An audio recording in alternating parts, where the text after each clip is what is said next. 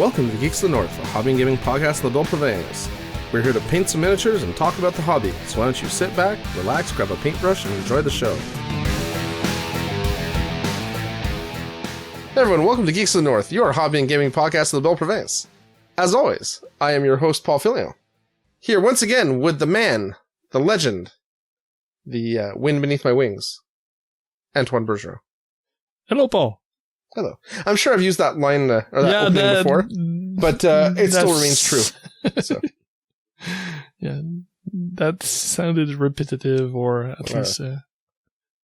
How about I'm here with Antoine Bergeron? Déjà vu. Yeah. I'm here with Antoine Bergeron, a damn fine human being. There, how's that? Not too over the top. Just the right amount of bromance. And how are you doing, Paul? I am doing super. I have painted the same base 4 times because I'm not letting it dry enough. So I go to apply more paint and I take off the old layer because that's the way I roll. Because I don't have enough prep to paint during the episode. So I'm just going to work on that base for 3 hours or 2 hours or however long this is, an hour. How are you, buddy? I'm good. I'm good. You know, at least we have fun doing this. We may not get much accomplished. We may have no listeners, but we have fun. Yeah, I don't think we would have kept doing it if we didn't have fun. I keep up with it mostly because it's a convenient excuse to get away from my family responsibilities. Sorry, hon, gotta go record. Antoine's waiting. The fans need me. Yeah. To which she could ensure which ones, but she doesn't listen, so she doesn't know. No, see, then what I do is I show her the total number of downloads we have for the show.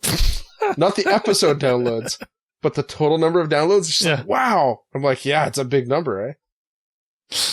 Yeah. Never mind, that's over 5 years. It's okay. It's a big number. Mm-hmm.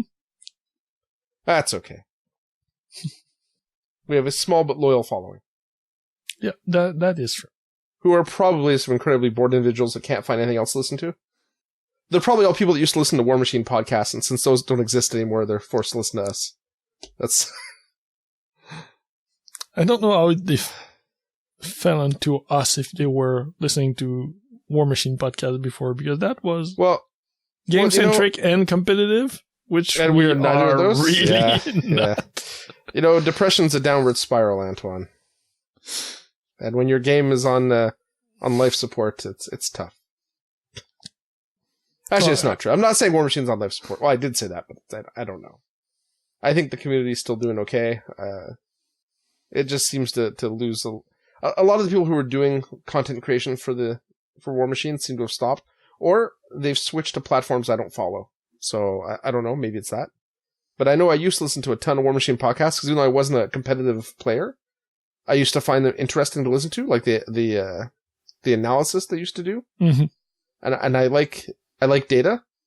So even though I wasn't really playing, I still like listening to get data. And now it's hard. I shed a tear for War Machine podcasts of old. Totally off topic. Well, we don't have a topic yet, so it's not. Well, no, we have topics. Yeah, but that's later. We're gonna see what I roll into. So, because whatever segue happens to work best is what we're gonna talk about. Yep. So hobby tonight. I'm working on some. No, that's not what this game is called. Pulp City. I kept wanting to call it City of Heroes, which was an old MMORPG I used to play. Mm-hmm. And I say I used to play it, but that's kind of an exaggeration.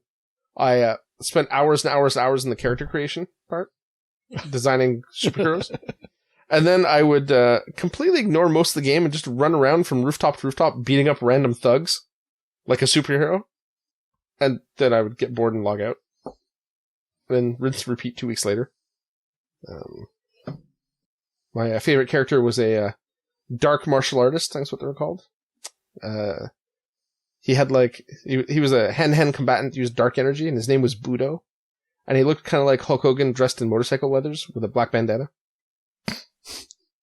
Okay. Yeah, it was 15 years ago, man. I mean, No accounting for tastes. Yeah, so tonight I'm working on my Pulp City stuff. I've got 3 models I'm working on, trying to finish them up. 3 villains. I got Nuke, who is pretty much done. I'm just waiting for some green stuff to dry on his base so I can put some sand on it and paint it and call it done. I've got Sister Bedlam, who I've just got... she's standing on like a... It's weird. Some models, they sculpt just kind of standing on a street or on whatever. She's standing on a piece of pipe with some wire sticking out of it and stuff, some sort of technological something. So it's really kind of out of place. Yeah. So I found a base in my box of resin bases that's like a deck plating base with like some steel plate and some what do you call it, like diamond plate. Yeah. So I'm going to put it on that because that kind of fits. We'll see how that goes. And then I've got Hillsmith just to finish up. I've got some more highlights to do. His flesh is awfully dark. He doesn't have very good contrast. And I want to brighten up the crest on his helm because he's got like a big like Spartan helmet type thing. And I've got a little bit of detailing work to do. But he's 90% done, I think. I mean, these guys are strictly tabletop level anyway, so I'm not expecting to win any awards with them. But I would like to have a few more villains finished, so if I don't feel like playing Russians but I want to play bad guys, I have someone I can play. More choice. It's always good.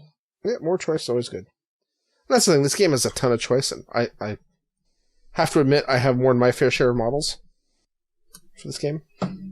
So, thanks to someone who got me hooked, and then I may have gone insane. Well, we both went insane. I just don't paint as fast as you do, so I'm still stuck with just my monkeys. I haven't painted that fast. Well, okay. I've got... you stuck to it better than I did, I think is mostly it. Yeah, but you're creating works of art, Antoine. And I'm not just telling you, your miniatures, your terrain projects you've been doing lately are crazy. I'm just painting tabletop superheroes for fun. So my models take 3 hours, yours take, 30. It's a bit different. It makes sense that I'm going to have a ton more painted Venoms on the table. That's just the way it works. But yeah, I've got, I don't know, maybe 15 or 20 or so of these models painted now. That's good. Which is pretty good. So if by some miracle I get all that done during this hour, I don't have much else primed and ready to go. I do have a Judgment figure on my table to finish. He has a bit of detailing work, and his bow staff was never painted. Excuse me, I'm getting hiccups. So I want to finish that. And then if somehow that gets done, well, I'm SOL. I don't think we'll record that long. Well, exactly. This isn't 4 years ago. No. And we're doing the Warhammer Fantasy End Times recaps. Yeah. Which they were kind of interesting. I can't say I didn't enjoy doing them, Oh no, it was fun to do. That may have been more. We had the bigger group and we were all in person, drinking beer, and it was more of an event. Also, let's face it, at the time, we were talking about a popular game. We had more listeners.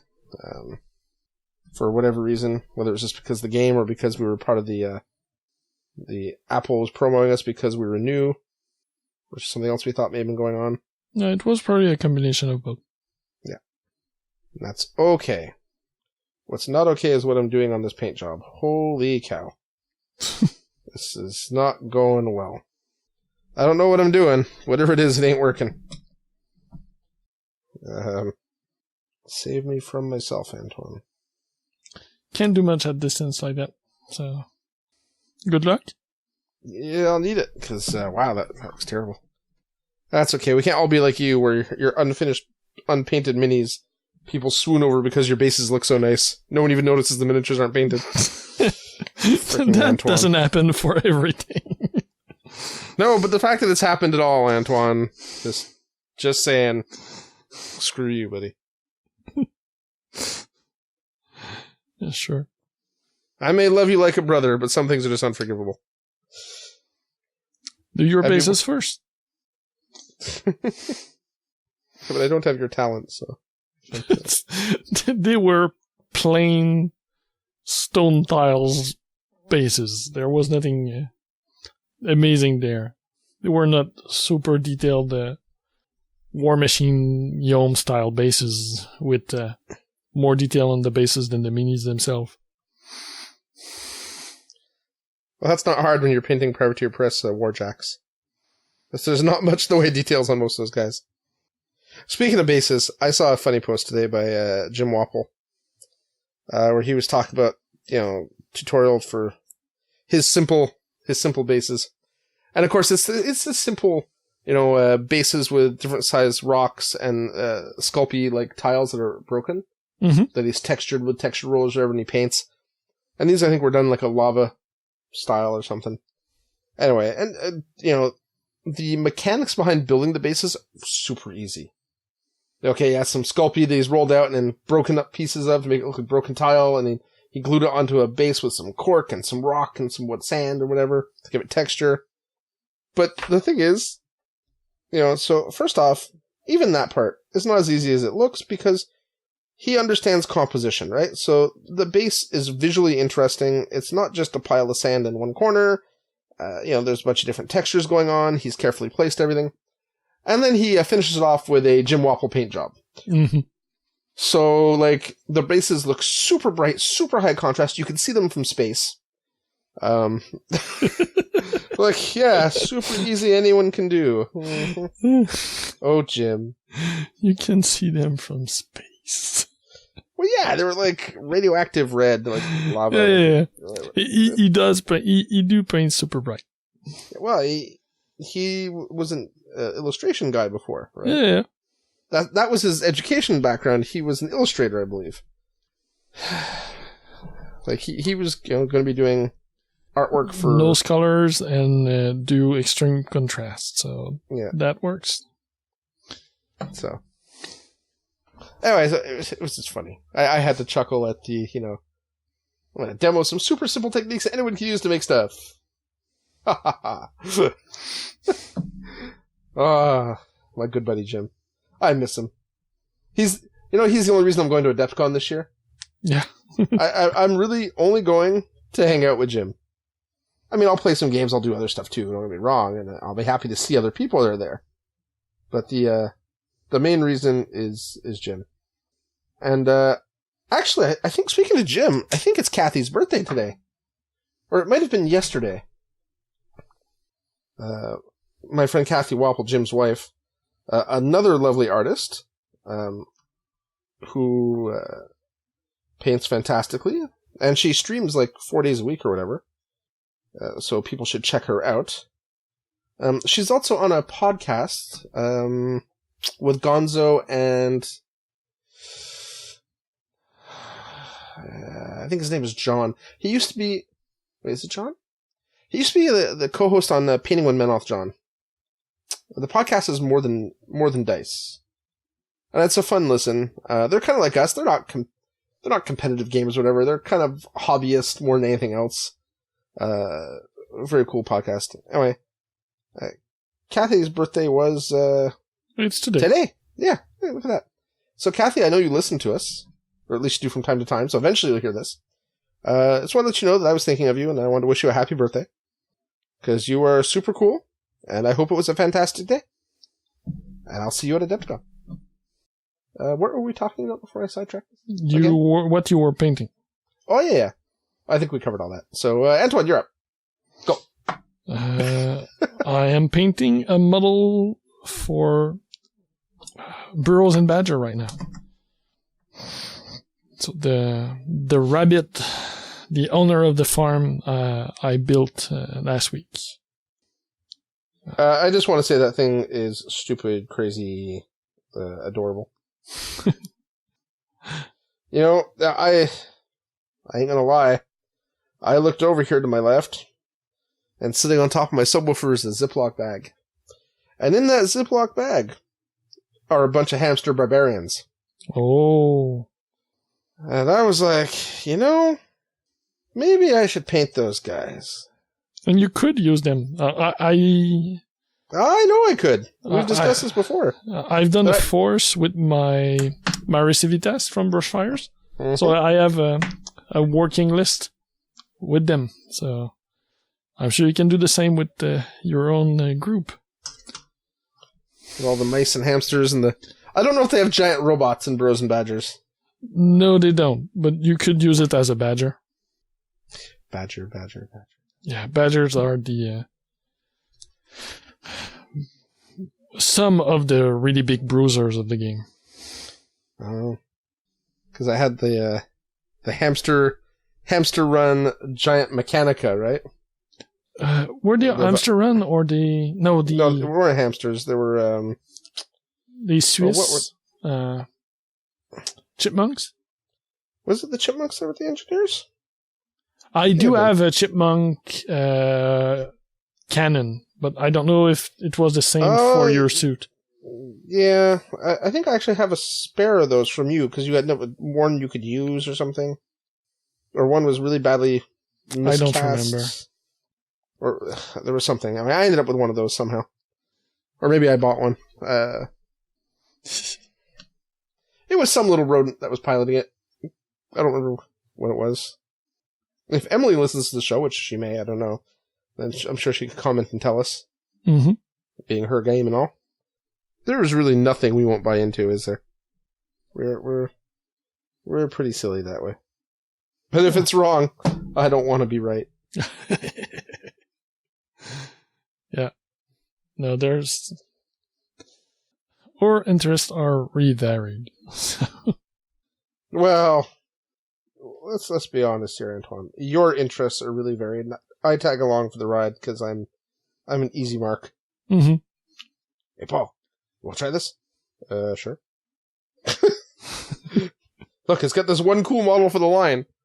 I'm in. $200 gone. But there's not even another model in the line you like. It doesn't matter. Yeah. Yeah, I know how I am. That is the way of Paul. Mm. Yep. Yeah, I'm painting that rabbit. It's to go with the farm just for the pictures. Eventually I'll have a warband to go with her, but right now it's just for to augment the pictures for the terrain contest. It's gonna be a cool accent to those pictures. Hopefully. I'm being serious, man. That thing looks awesome that you built. Those buildings and the fences and everything, and I couldn't believe the speed you did that. That's nearly as crazy as the previous month where you built the Endless Fantasy board. That was crazy. In a couple days. That was bonkers. By the way, you're a terrible tease. What? Because you're like, I built this Endless Fantasy board. Let's play Endless Fantasy. It's like, okay. Then it's like, that was last month. Now I'm on to something else. It's like, but I just painted all these models for this game. Oh, I'm still up to play Endless Fantasy, Paul. Yeah, like we ever play anything anymore, Antoine. Yeah. Well, we played 3 games of Endless in the last month. Yeah, all within 2 days of each other, and then we haven't seen each other since. That's not true. We saw each other last week. We did some hobby together. Yeah, we painted, so. Yeah, because you were working on the farm. Yeah. Yeah, that terrain contest will finish eventually, so. I will lose a round also, maybe, so. Yeah. I'll get kicked out. The timing of it is not great for you. No, I will probably have to drop next month.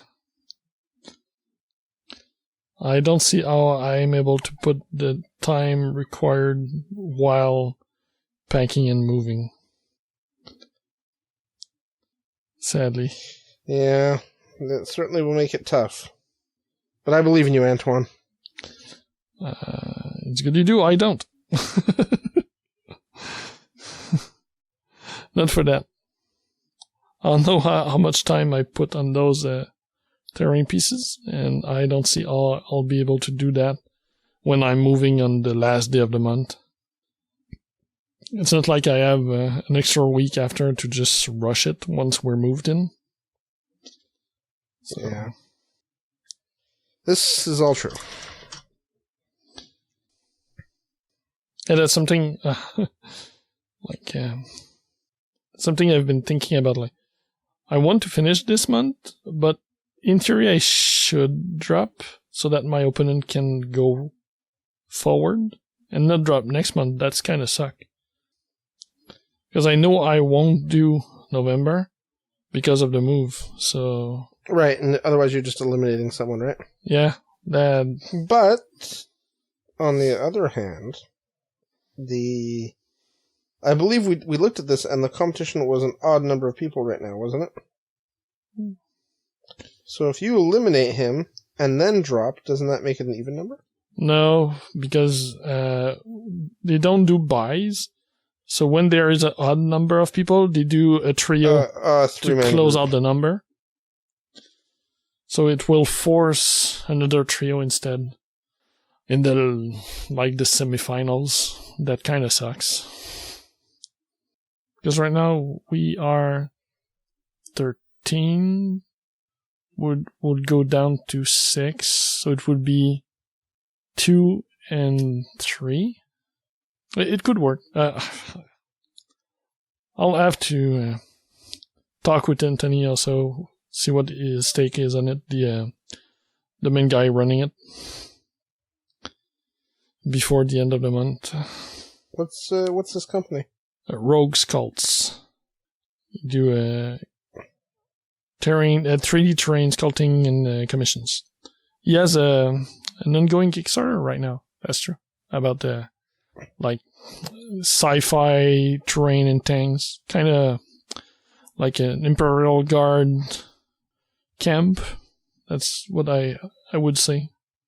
Could work for most generic sci-fi games or Infinity, stuff like that.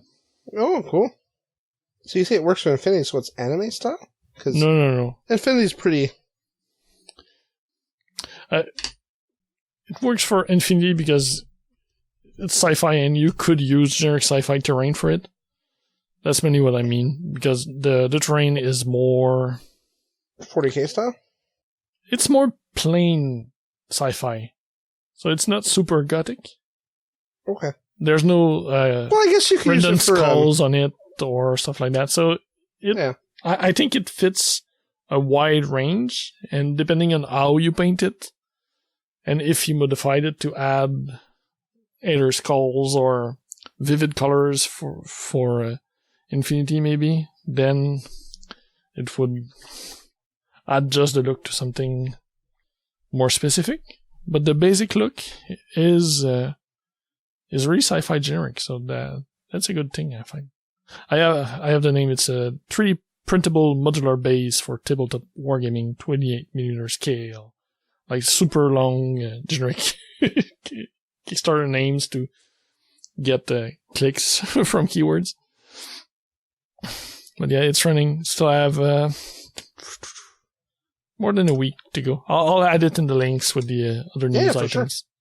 For sure. Yeah. Speaking of stuff we've worked on during the month, because I've been talking about the farm. The farm is mostly done. So I finished all the building. The painting is done. So right now I flucked and did tuft and everything. I'm not super happy about the final look of the flocking. I don't know if it's the color or the size. It might be too short. I think the texture grass I had was maybe too small, and the color is too even. So I might just get the airbrush out, adjust the coloring a bit, and see if I can add another layer of with other colors, sprinkle it over it. I did buy some small spray bottles to spray like a mist of watery glue. But sadly, the one I bought are jets and not mists. Oh, not sprays. So that's a fail on my part. Less than useful. Yeah. Luckily, I tried it straight in my garbage bin before just to check how it was spraying. Testing beforehand, always good. Yeah. Before just ruining a section of one of the buildings.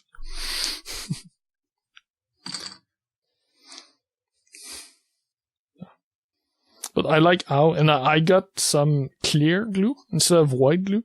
Mm-hmm. So I like how it applies because you don't get the color difference until it dries. So it gives a better idea of the look when you glue stuff, like kind of transparent stuff on it. Like flock is not opaque, so depending on how much you put on. So I really like working with that stuff. I'll probably get more instead of the regular white glue I have. I've never encountered transparent glue before, so that's pretty cool. Yeah, and that's all I've done. I did like clean up and prime the rabbit I'm doing, and at the same time I primed a couple models for Guild Ball for my butchers. The last two I have that are not painted, but that's all the hobby I did. It was all on the farm. Have you done other stuff this week? Well, I guess I didn't mention this. I finished my Black Diamond Core for Relic Knights. Mm-hmm. So I've got...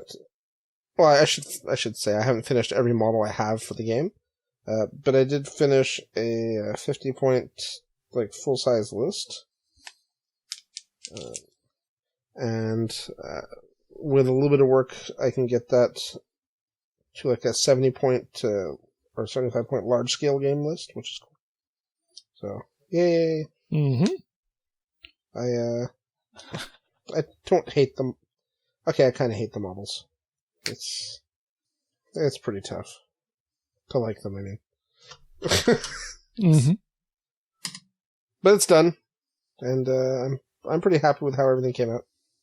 So that's quite cool. One less thing to have to do. And I think that was it in terms of hobby. I didn't play any games. I haven't played games in weeks and weeks.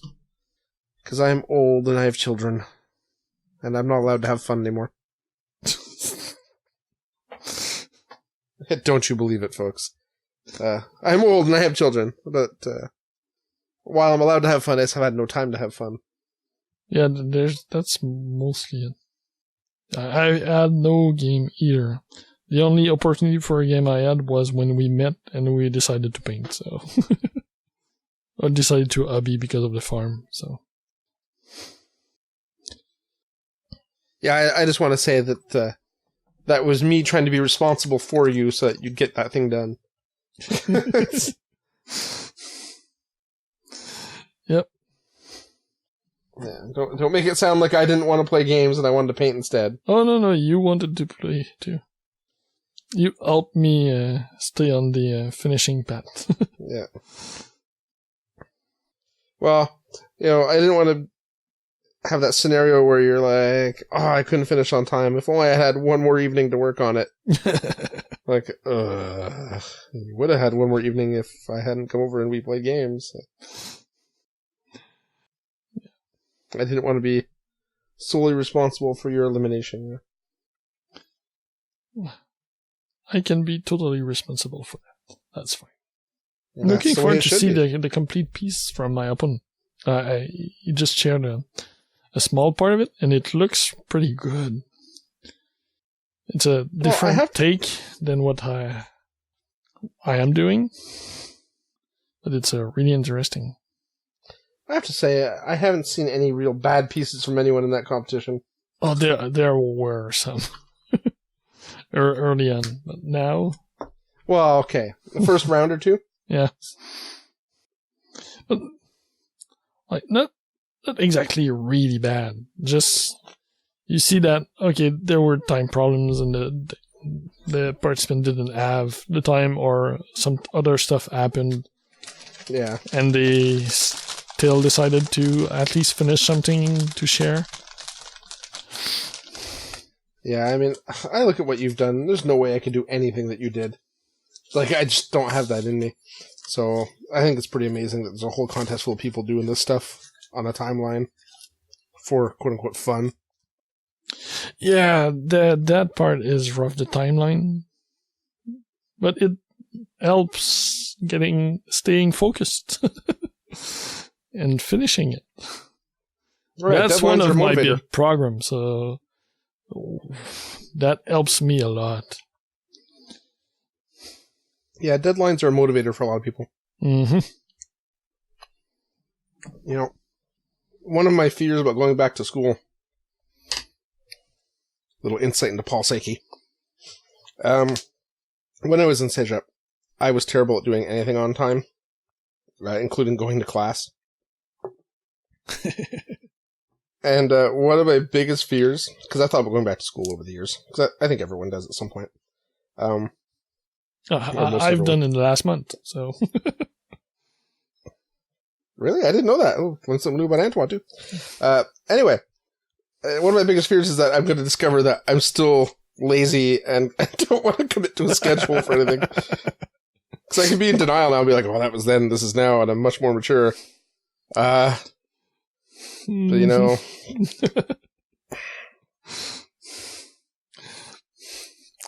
I don't see how busy with life and kids that would get any better.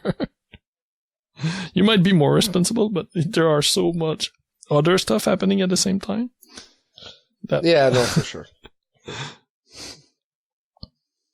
I don't disagree. But at least then, that's a bit different too. That's not really my fault. I mean, you know, obviously, if I make a choice not to hand in something or not to go to class, that is my choice. Mm-hmm. You know, but I believe in you know, reasonable excuses. You know, I failed this class because I didn't hand in a thing because my child was in the hospital. Okay. You know, whereas in college it was, I failed this test because I decided that I wanted to play Magic instead of going to class, right? Yeah. Mind you, there were whole classes in college that I passed without ever attending. So, because at the end of the semester, I wrote up a bunch of falsified doctor's papers saying I'd been out sick with a bunch of reasons. And then I basically read the textbook in a weekend, wrote a paper covering a bunch of topics from the course to prove that I'd read the textbook, handed it to the teacher and said, give me a grade if you want. I felt like I should do something to show you that at least I you know, I learned something, even if I couldn't attend the class. And then I passed the class anyway. With like an 87. It was one of the most bizarre. I had a class I showed up for the final. So the first day of class, the teacher's like, I don't take attendance. You don't have to come. And your grade is based on the final. So I went to the first day and I went to the last day. And I showed up for the final, and they're like, you really think you can pass the final? I'm like, oh yeah. And sure enough, I passed. But the teacher actually didn't think, it's like, oh, I thought you dropped. I'm like, no. I just didn't come. And he was so insulted. Like, you told me that I didn't have to attend. You said it was all based off my final. So here I am. Yeah, if you lead with that, you should at least expect people to do it. Yeah, he was not pleased. I think he was less pleased when I actually got a good grade. You know, reading all those D&D rulebooks, remembering all those rules over the years, back when I used to read rulebooks, it paid off. It gave me a good memory, a good reading retention. So, yeah. How did we get on this topic? What were we talking about? Focus, attention, commitment, something? I don't know. It was something quasi-related to something that quasi-related to school. Being parents? No, I don't know if we're all over the place. And focus, and... which we have none of, apparently. Don't. Yeah. Yes, quality material. But the start was what you were working on this week, but I don't know how we got to this. Wow, that's... Whew. Okay, let's finish it up and talk some politics. So, no. You know, that's still the best comment ever. I still love that someone complained about the fact we talk about politics on the show. I don't know why it tickles me pink, but it does. I think because I'm easy to amuse. Mm-hmm. So, we don't really have a fixed topic, so I'm just going to lead with something I read today that I thought was interesting. So, as I'm sure people have figured out by this point, I invested a fairly large sum of money in Judgment, because I think it's an excellent game. And I think the creators are super great guys who love their product, and they really are worried about like balance and making sure things are played, and they take feedback, and they do they call them patches because it's basically a MOBA, right? So they treat it like a MOBA, so they call it a game patch. They do patches frequently. So Aradia is basically. Mm-hmm. And they did one not that long ago. And I found out today that the app, because the game, there's no physical cards for the game anymore. You can print them on demand or print them from their website, but they're not provided with the models anymore because of the frequent patching. But there's free phone apps for Android and iPhone. And it turns out the iPhone app, they can't reach the developer to update it so it doesn't have the most recent cards. And I thought that was interesting, because of course the apps in this case are not controlled or owned by Gunmeister Games, is kind of my impression. That they were basically community driven. Like two developers of the community.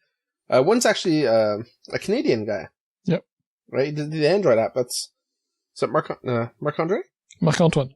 Marc-Antoine. Damn hyphenated French names. Marc-Antoine. Marc-Antoine did the Android app. Yeah. And someone else from Europe, I presume by his name, did the iPhone app. And they did make them look similar to each other and stuff, but yeah, Gunmeister's kind of hosed at this point because they don't have source code and they don't own the product. And if they can't reach the developer, if the guy can't or is unwilling to answer them, and I'm not throwing shade at him, maybe who knows, maybe there's been a tragedy in his life and he hasn't, had the ability to really respond to the Gunmeister Games before. No one knows. But it's left them stuck. And there's a major event coming up. The US Championship is coming up at Warfare Weekend. And people who have iPhones, it's print the cards, which I think there's also a problem with the printed cards. I think they're not, the files are not up to date for that either. So they're trying to update them. I think he said today. So, the print and play stuff would be correct. But it's crazy. Like, what are they going to do? Yeah, so it's dangerous. Like, I get that they're a small company. So if people are willing to develop tools for them, on their own time for free to help support them, it's fantastic for them as an opportunity. Something for nothing is always nice. But it's dangerous. But it's dangerous, right? Like, it came back and it kind of bit them in the butt. Because what do they do now? They can redevelop from the ground up. But then it's a bunch of costs for them. Yeah, well, someone's going to have to do it. I mean, maybe they'll find another community member who's willing to do it. Yeah. But it's not just financial costs, right? It's time. And then I hope to heck that there's an agreement before that guy starts that, if you want to do this, that's great. Maybe there's some sort of compensation or whatever, who knows, but, that they own the source codes. So it doesn't happen again. Yeah. Yeah, that's a sucky situation. Yeah, and someone who's worked on it for free for forever, it's unlikely that he's intentionally trying to ghost them, right? There's probably something has happened, and, who knows? Maybe he's in a hospital, maybe he's unconscious, maybe, who knows? Life happens to people. Mm-hmm. Well, this is a crappy situation all around. Sister Bedlam is looking pretty done. I am quite pleased. Nuke, however, is looking a little less done, because I forgot to do his base. I'm trying to think, do you know of any other instances where something like this has happened for a game? I don't use an app for games, so I've not followed that much. There were, like, Guild Ball. They're using apps, and I do use the app once in a while. Oh, Guild Ball, yeah. Different problems, though. It's not that... There were multiple people that were supporting the game with the fan apps. Eventually, one was appointed as the official one, but it was one of the one that people liked less. Yeah. So. And it's proven it's been buggy and again, someone's doing this out of the kindness of their heart as a side project. There's only so much you can ask of them. Yeah. But it sucks to be the guy trying to use that app when you can't, right? Yep. That's an interesting situation too. Another little Paul story. I've probably told it before. But at Adepticon last year, I was in a team tournament, right? Yep. Have I told that story on the show before? I don't know, probably. I don't know if it was on the show. So I'm playing these guys, and one of them being Vincent Kirchhoff from Strictly Worse, which is a well-known Guild Ball podcast. And he's playing with someone who I don't know. One of his friends, whatever. And the app crashes for them. Actually, I can't remember if it was them or if it was... Oh, no, it might have been Guillaume, my partner. Because it was a team event, like I said. And I made fun of him for using the app, because I brought cards. And I made fun of him for using the app because it was such a piece of junk. Not realizing that the app developer was Vincent's team partner that he was playing with. And I only found out at the end of the game. From someone else. I felt pretty terrible. As should you. Thanks, Antoine. Thanks. Much appreciated. But yeah, I wasn't lying. I wasn't. No. The app was terrible in terms of reliability. We've had all kinds of problems with it here. I mean, I use an unofficial app instead. And you're not the only one. We hear that often. Yeah. Oh, well. Again, when the app is free, how much complaining can you really do? Yep. Oh. All right. What else were we going to talk about? We had another little topic we were going to talk about, weren't we? Oh, we were going to talk about our list. Do we want to go over the list now, or do we want to save that for next week so we actually have something to talk about next week? Yeah, I think we should keep that for next week because it might be a longer topic. Yeah, because we came up with a list of games we're gonna try to do reporting on. Yeah, exactly. And I was thinking, well, I guess we'll save that for next week. Yeah, I just want to thank some of our listeners have already answered about some of the games we mentioned that they like or would like to be further developed on the show. So, or offered other suggestions. So, yeah, it's cool that we're actually getting some feedback. Yep. I don't know if anyone knows this, but it's not often we get feedback of any kind, even when we ask for it, even when we beg for it. We don't usually get much. So it's pretty cool that people are taking the time to answer us. It's much appreciated. Because as much as it sounds like Antoine and I really don't care about what we produce in terms of content, we kind of do. We like to think we're moderately entertaining to some people. I know a lot of people are just here for Antoine's sexy accent. I don't think so. But, just repeating it again and again, I don't think we'll make it through, Paul. What, that your accent's sexy? Or that people listen because of it. Wow. I don't know. Folks, if you listen because Antoine's accent is sexy, please post on our Facebook page. That's the case. And let's see if we can get hashtag sexy Antoine start trending on... Wouldn't you die? Yep. Yeah, wouldn't you see that right there? Antoine does not like a lot of attention. Nope. which is unfortunate because he is an outstanding fellow and deserves a lot more attention than he gets. He is a truly a man of the hobby. I'm going to sing Antoine's praises for Baker.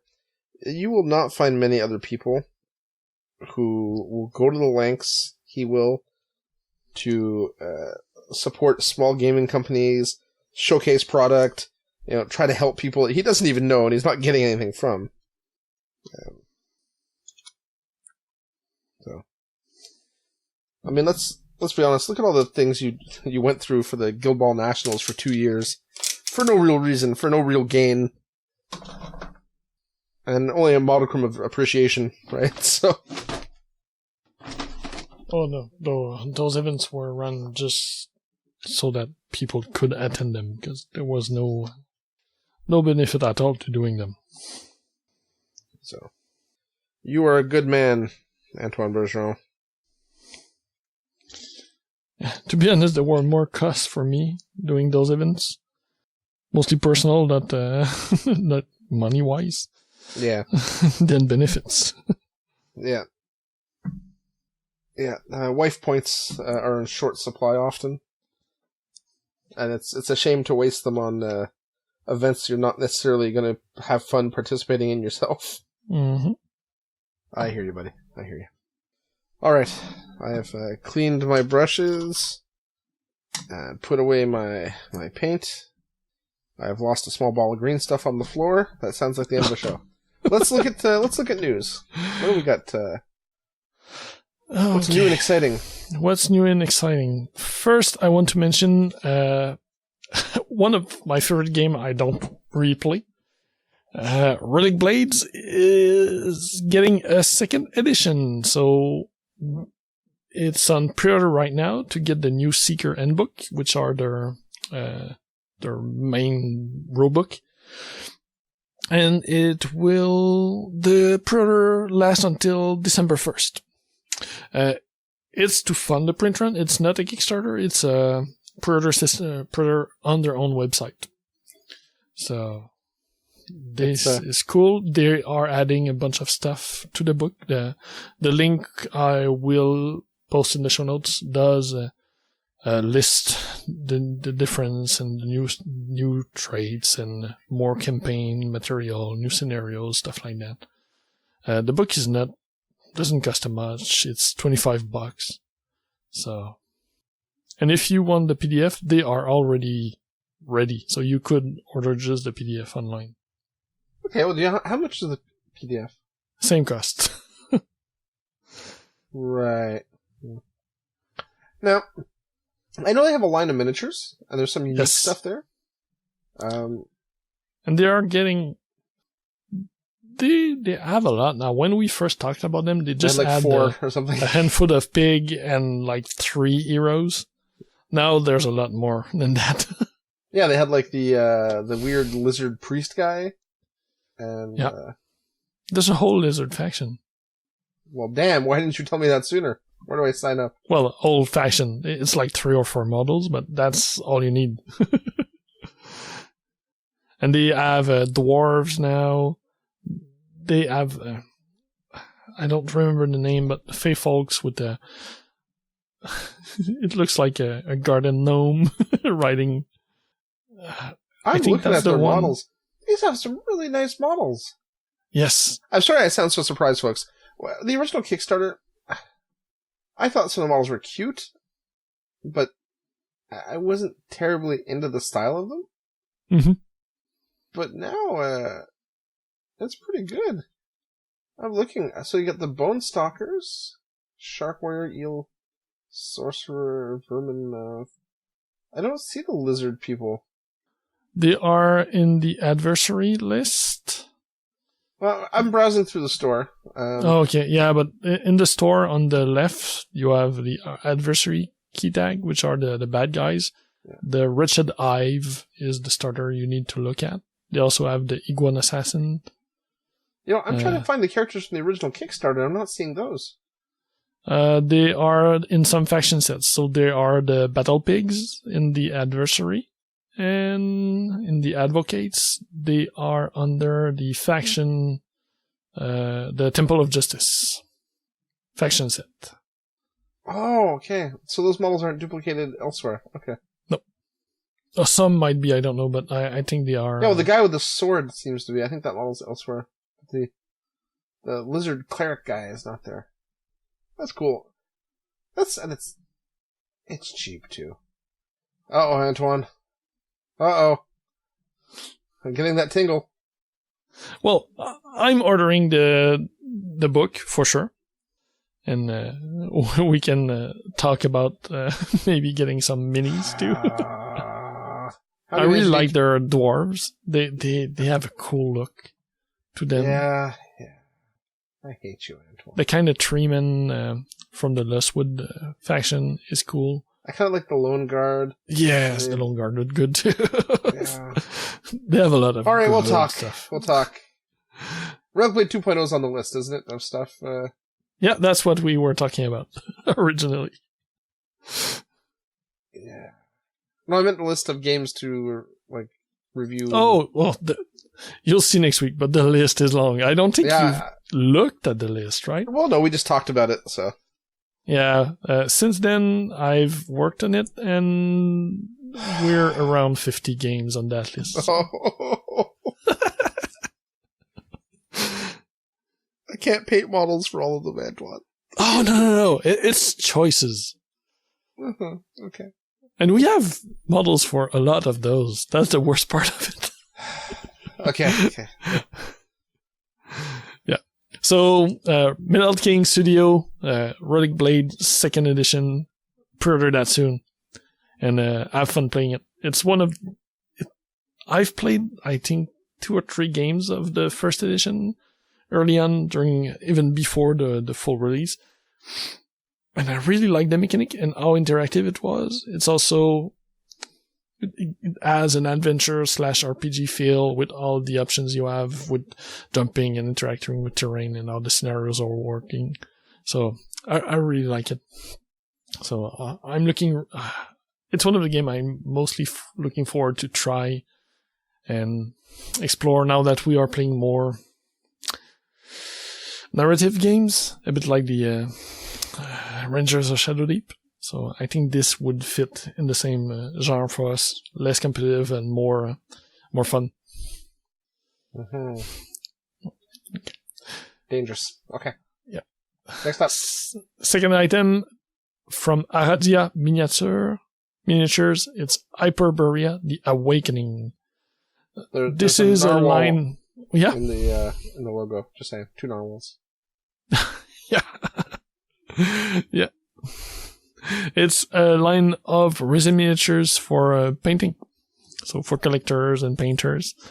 Paul, I'm sure you know which models I like. There are a couple of animal people.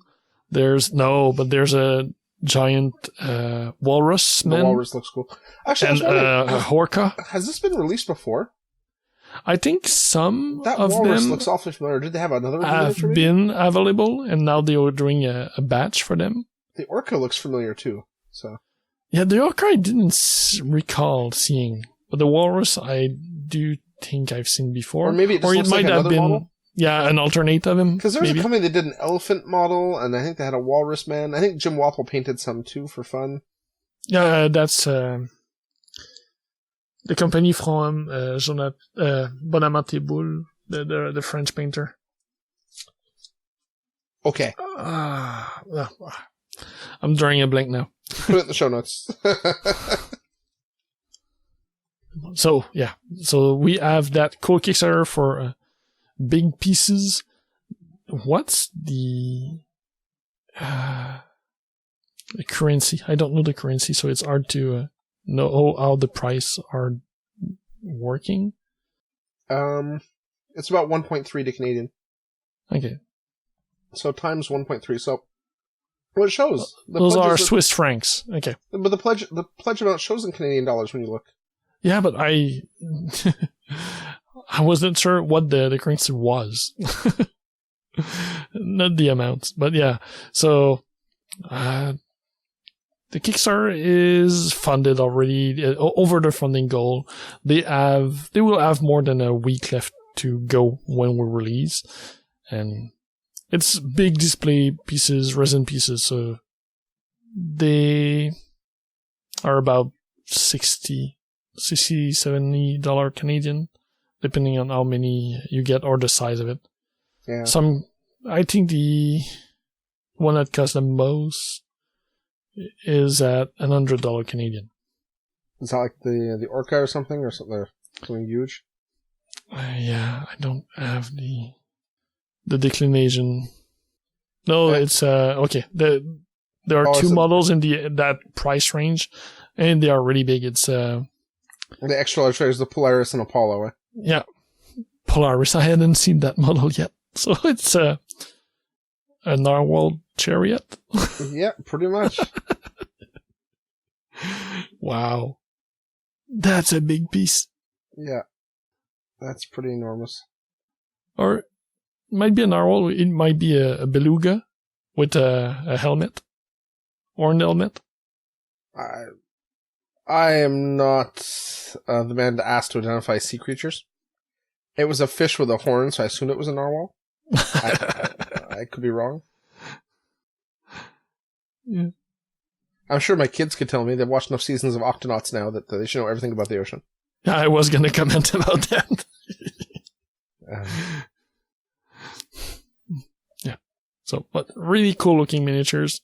And they all have kind of a Arctic/icy feel to them in their team or their look. So it's a cool project. Very cool. And lastly, the last item I want to mention, it's the Burrows and Badger Great and Small Anthro Minis Kickstarter that started today. It's a super short one, so when we will release, there will be only a couple of days left. Wow. So, yeah, that's really short. Yeah. Michael, one of the owner, that's also the sculptor, he do batches, so I think they run maybe 2 Kickstarter a year, something like that.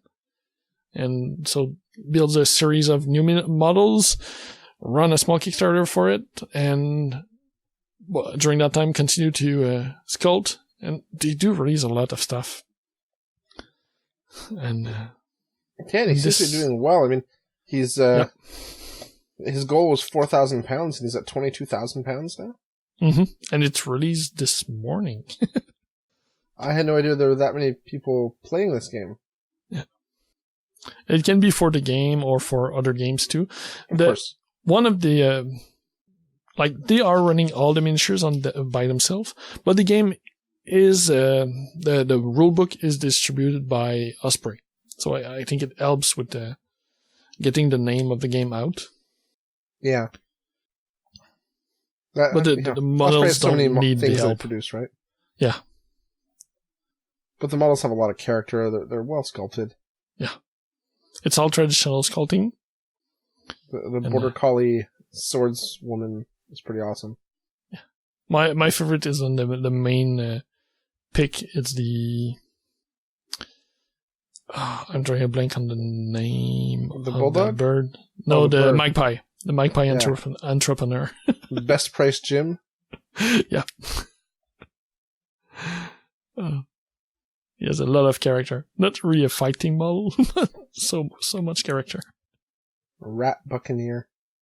There's a lot of cool stuff.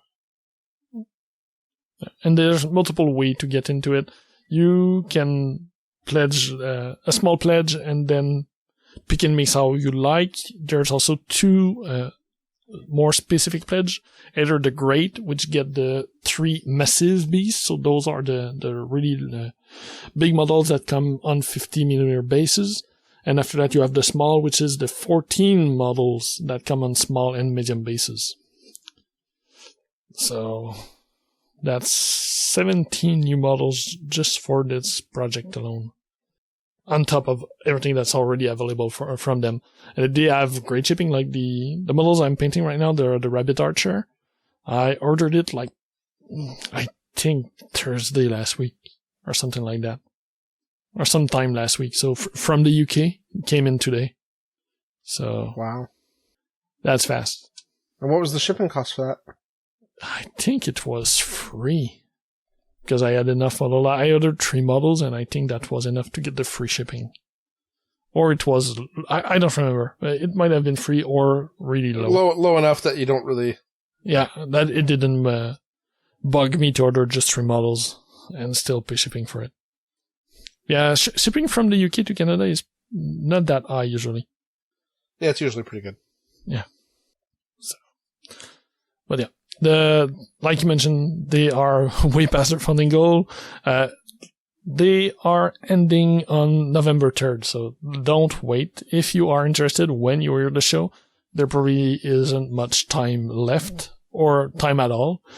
But if you're over, they will be available on their web store pretty soon. Once everything is in the mail to the backers, they go up for available on the web store. As app, so you can still get models, and they have a ton of other great models in the line. So even if you miss this Kickstarter, there's a bunch of other stuff you might like. So take a look at their web store. Just remember, folks, Antoine is evil. The first mini's free. No, it's never free. Right. I would have so much more minis if the first was free. With all the games I am looking at. Yeah, for sure. Now I gotta look at this list of games to showcase. Because you can wait and be surprised live on the show next week too. Or we can talk about it. No. We'll go next week. I'm just... I like how... I will sneak preview, folks. Antoine's got the list split into 2 categories. Games he owns. Games not owned yet. Yeah. And it's not games I own. It's game we own. Either one of us has stuff. Like, I don't count myself as really owning Judgment. I only have 1 model. But right. It's still on the list of stuff we own. Heavy gear. I've got 8 million models. Yeah, I have 6. So... I have whole faction. Someone gave me a whole faction not long ago because they just want to get it out of their house. Yeah, and some of those games are miniature agnostic, so we could use anything as long as we get the books. Stuff like Gaslands, Frostgrave. Yep. The list is long, so. It is long indeed. And I have a lot of these rule books, like you said. Yeah. Dystopian Legion is dead, even. Goodness. Yeah, fully dead. Okay. Why are we going to showcase completely dead games? Because we're crazy, that's why, folks. Because we're crazy. We've done a show talking about only Endless Fantasy Tactics like some weeks ago. I don't want to listen to your logic, buddy. Shush you. Yeah. Zip it. Alright. Let's go, because it's getting late. Yeah, that's enough. Alright, folks. So it's been a pleasure as always, Antoine. Yes, it was. And I hope everyone has a good week hobbying, and we'll talk next week. Bye, geeks. Thanks for listening to Geeks of the North. If you want to contact us, you can email us at geeksofthenorth@gmail.com. Like us on Facebook at facebook.com/geeksofthenorth, or follow us on Twitter at Geeks of the North. You can follow me, Paul, at PRFilio, Antoine at Eltonio Berg, Steve at B_Steve, and if you really feel the need, I guess you can follow Yom. He's at Yomasta. Breaks and outro music by Ladrave. You can listen to them at ladrave.bandcamp.com. See you next time, geeks.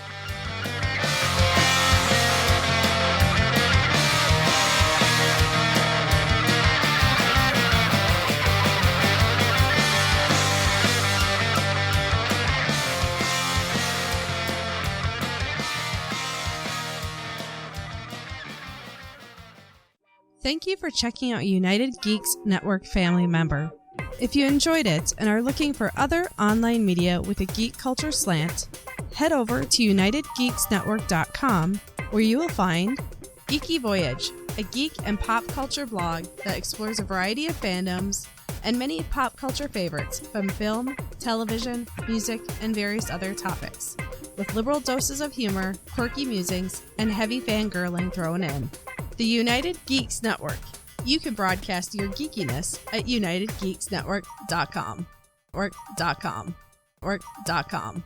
Org.com. Org.com.